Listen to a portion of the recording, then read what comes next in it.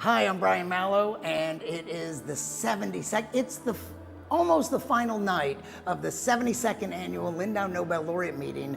And traditionally, this Thursday night is a special festivity, the Bavarian evening, and the festivities are still going on behind us.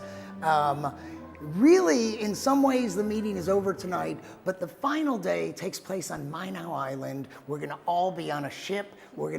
It takes probably 2 hours to get to this beautiful little island where there's just one final session and then a picnic and just relaxing and celebrating that you made it. This year, there's been about 40 Nobel laureates and 600 young scientists from 89 countries, and most of them are here to talk to me right now. So let's meet a few of them and find out about their science and how much they've enjoyed the meeting. We got a couple Brazilians. If it's not obvious, they're very proud, apparently. So tell them. I am Carolina Junior. I'm originally from Brazil, as Brian said, but now I work in Germany, in Aachen. In Germany. What do you do? What kind of scientist are you? Yeah, I am a physiology science. I work most of the time with the chronic kidney disease and cardiovascular disease. Okay. Yeah. And Gustavo, And also you're the Brazilian. reason that you're the Oh, first. Yeah. I met Gustavo like on the first day, and now here we are finally. Thank you. I'm Gustavo, I'm also from Brazil, and I did my MD in São Paulo, in Brazil. And then now I've been working with artificial intelligence and virtual reality in ophthalmology in Miami, in the US. All right, I'm sorry. On behalf of all Americans, I'm sorry.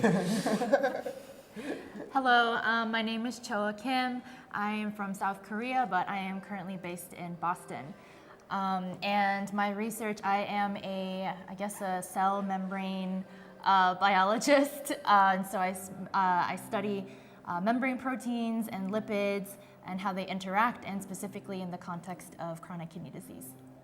All right. Is there a reason, what drew you to that subject?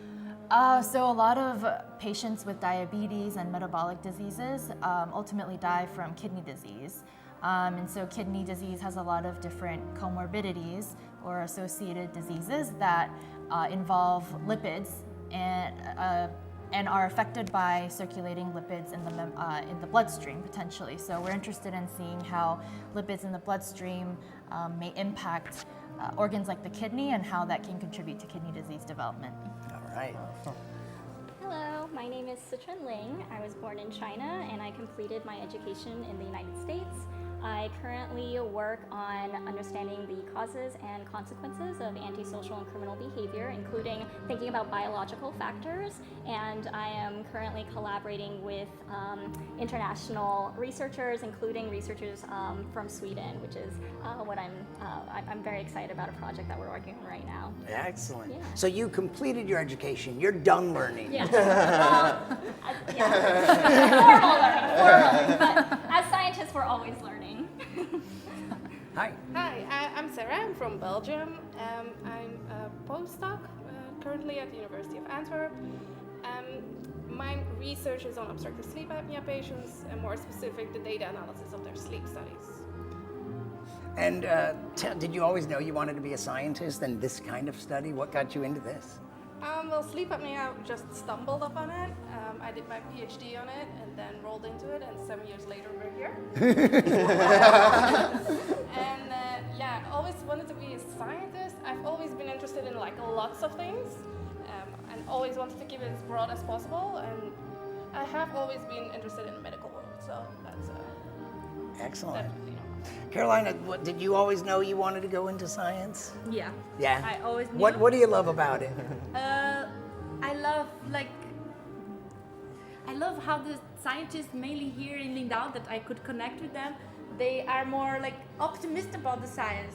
I think after they go home, for their own institutes, they will do their best. They are really had a lot of gas to do their best, and I don't know. That's how I feel now. Exactly how I feel now. So I feel really optimistic, and I think my friends also think the same. Yeah. Gustavo, what gets you motivated and gets you out of bed every day to go to work? And what do you actually do at work?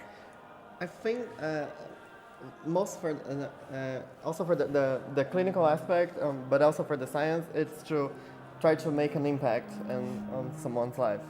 I think this is what gets me to work, and this is true. As a clinician, we can do like we can have some impact on some patients, but as a scientist, you can have a much bigger impact, and if you discover like something. Okay. And what about you? What do you? Is there something you wish people better understood about science, or any misconceptions about science that? Yeah, I mean, I think in a sense this is kind of addressing that question in itself, but I think the difference in science understanding between scientists in the lab or and researchers versus just the general public, that gap is large, and I think that itself leads to many misconceptions, and a lot of understanding in the public can be driven by specific media or news articles, and that might be biased in its own way. So I think just expanding accessibility of science education and understanding to the public in itself is important, and we're working towards that. But Yeah. Yeah. Let's talk a little bit about the meeting. So, I mean, we're pretty far into it now. It's even almost over. Have there been any particular highlights that you've had? I think the whole week has been a highlight. So yeah, I think the people Yeah, are true. like the highlight of the whole meeting. That's what the meeting makes it what it is, I guess. Meeting other young scientists from all over the world, stepping into here not knowing anyone, and now seeing all those faces that you kind of know.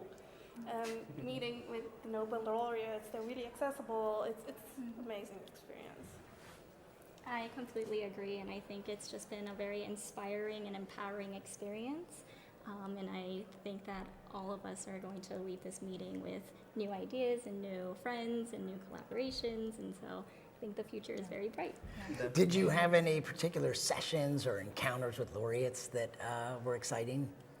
I was inspired by all of the talks that I went to. The one that I think initially had a really big impact for me was the talk by Dr. Frances Arnold. And it's because she is just such a great science communicator, and she also is working in a space where she's able to influence policy. And I think it's really important for us as scientists to think about how we can translate our research into the public sphere and make it accessible and make it useful as well.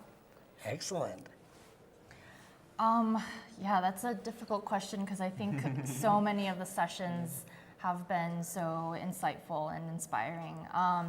But I think one of the quotes that kind of I keep thinking about and that I keep remembering is in one of our open exchanges with Dr. Stefan Hell.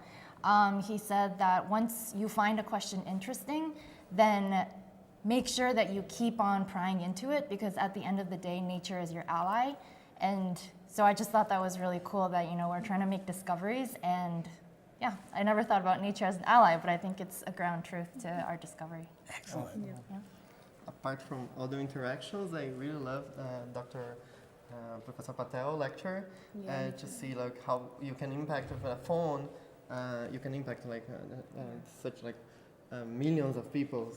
Yeah, I would say the same, and I think this presentation opened our eyes for this new technology that is super accessible for us, and is super there, and then we can extrapolate and use this technology a lot in beneficial of the people. This is amazing. What's amazing for me? I didn't hear that talk, and I've heard people reference it. So it's something about you being able to use the light on your cell phone. Yeah, how? To blood the as a glycosimeter.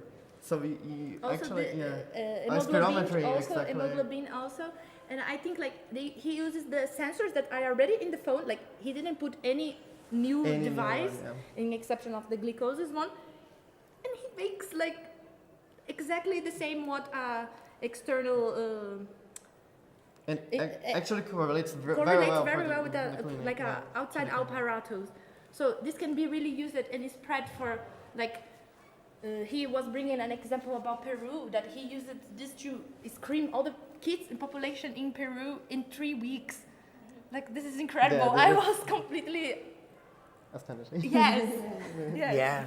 And let me ask you, since, I want to try to get you all in, and it's hard because there are so many of us, but, when you go home and tell your friends and family about this meeting, not everyone's heard of the meeting. So what would you say, like, what is the Lindau Nobel Laureate meeting?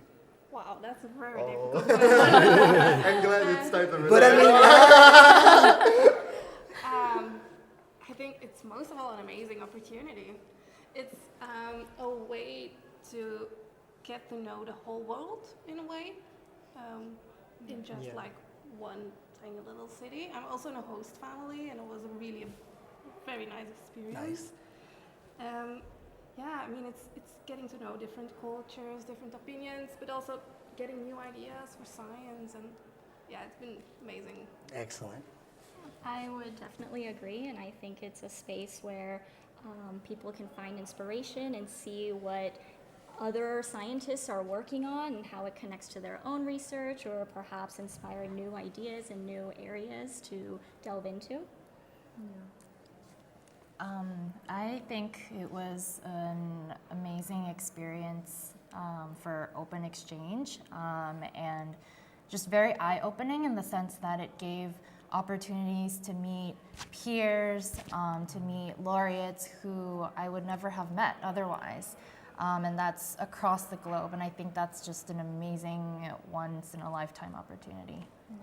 So you were glad not to have to go first, but now that they've all said that, Yeah, what now. have you got, Gustavo? What do you got? Like I risk to say that after my PhD defense, this is like the most academic thing I was ever in my life. Really, yes. Like the achievement, like kind of achievement. Yeah.